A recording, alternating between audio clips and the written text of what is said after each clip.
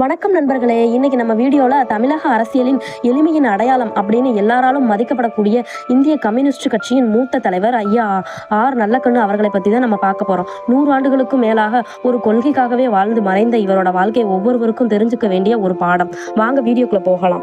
நல்லக்கண்ணு ஐயா அவர்கள் 1925ஆம் ஆண்டு டிசம்பர் 26ஆம் தேதி தூத்துக்குடி மாவட்டத்தில் உள்ள ஸ்ரீ வைகுண்டத்தில் பிறந்தார். இவருடைய தந்தை ராமசாமி, தாய் கருப்பாயி அம்மாள். ஒரு வசதியான விவசாய குடும்பத்தில் 10 குழந்தைகளில் 3வது குழந்தையாக பிறந்தாலும் சின்ன வயசுலேயே மக்கள் மேல இருந்த அக்கறை அவரை பொது வாழ்க்கைக்கு இழுத்துச்சு. அரசியல் பிரவேசம் வெறும் 15 வயசுலேயே பொது உடைமை இயக்கத்துல ஆர்வம் காட்ட ஆரம்பிச்சார். 1943ல முறையா இந்திய கம்யூனிஸ்ட் கட்சியில தன்னை இணைச்சுக்கிட்டாரு. வெள்ளையனே வெளியேறு இயக்கம், விவசாய தொழிலாளர்கள் போராட்டம்னு பல போராட்டங்கள்ல கலந்துகிட்டு சிறைக்கும் போயிருக்கிறாரு.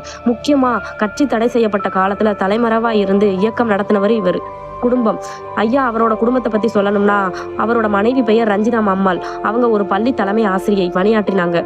நல்லக்கண்ணு ஐயா முழு நேர அரசியல் பணிக்காக தன்னை அர்ப்பணிச்சதுனால அவரோட மனைவி தான் குடும்பத்தை கவனிச்சுக்கிட்டாங்க. இவங்களுக்கு காசி பாரதி மற்றும் மருத்துவர் ஆண்டாள்னு 2 மகள்கள் இருக்காங்க.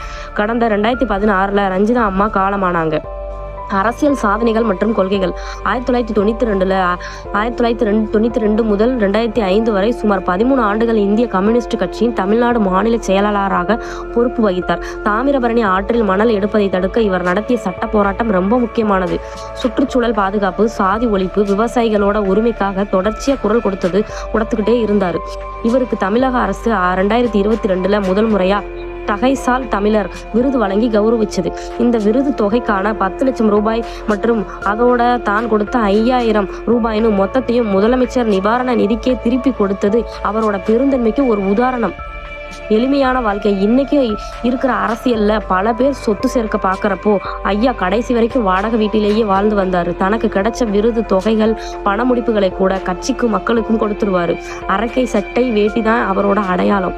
வயது முதிர்வு காரணமா சென்னை ராஜீவ்காந்தி அரசு மருத்துவமனையில் சிகிச்சை பெற்று வந்த ஐயா பிப்ரவரி 25, 2026 அன்று தனது 101வது வயதில் இயற்கை எய்தினார். அவரோட ஆசைப்படியே அவரது உடல் மருத்துவ ஆராய்ச்சிக்கு தானம் செய்யப்பட்டது.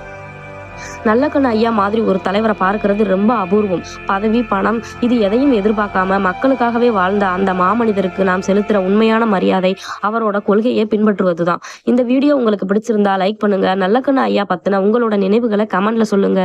அடுத்த வீடியோல சந்திப்போம். நன்றி.